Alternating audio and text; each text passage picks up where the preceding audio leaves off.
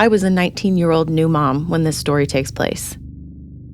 My then husband, now ex, came home from work with my 17-year-old brother in tow sometime after 1 a.m. They wanted to go out and get something to eat, and as I had barely left the house in months, I jumped at the opportunity. I grabbed the baby and put him in his car seat in the rear passenger seat.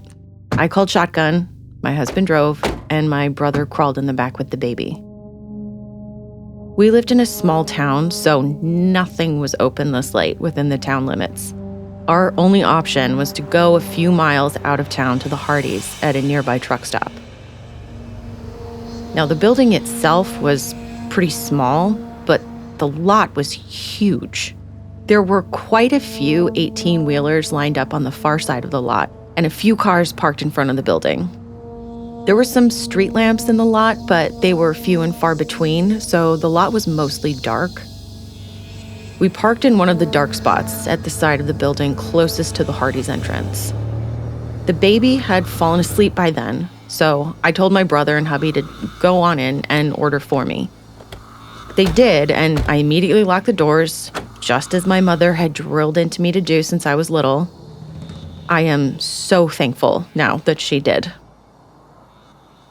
My husband and brother had been gone for about 5 minutes, and I was just staring straight ahead and listening to music when I caught movement out of the corner of my eye. I turned my head and saw a man walking in my direction. He was probably mid-30s with a mop of curly brown hair poking out from underneath a red baseball cap. I figured he was going towards the entrance to the restaurant and went back to spacing out.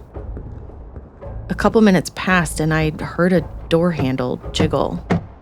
I whipped my head around and saw the man pulling at the car door behind me. My baby's door. He gave up and took the 2 steps to my door.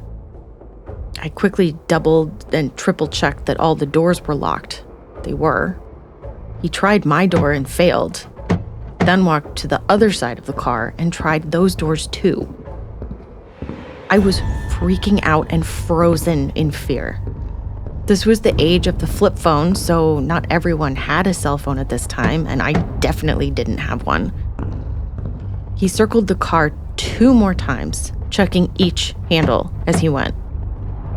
I was watching him this whole time in the mirrors, and he didn't look directly at me once.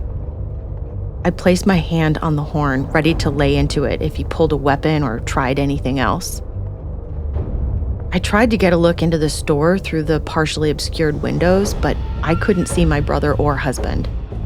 Then I looked in my rearview mirror to see the creeper's whereabouts, but he was gone. I turned around in my seat and still couldn't see him. He must have given up and left.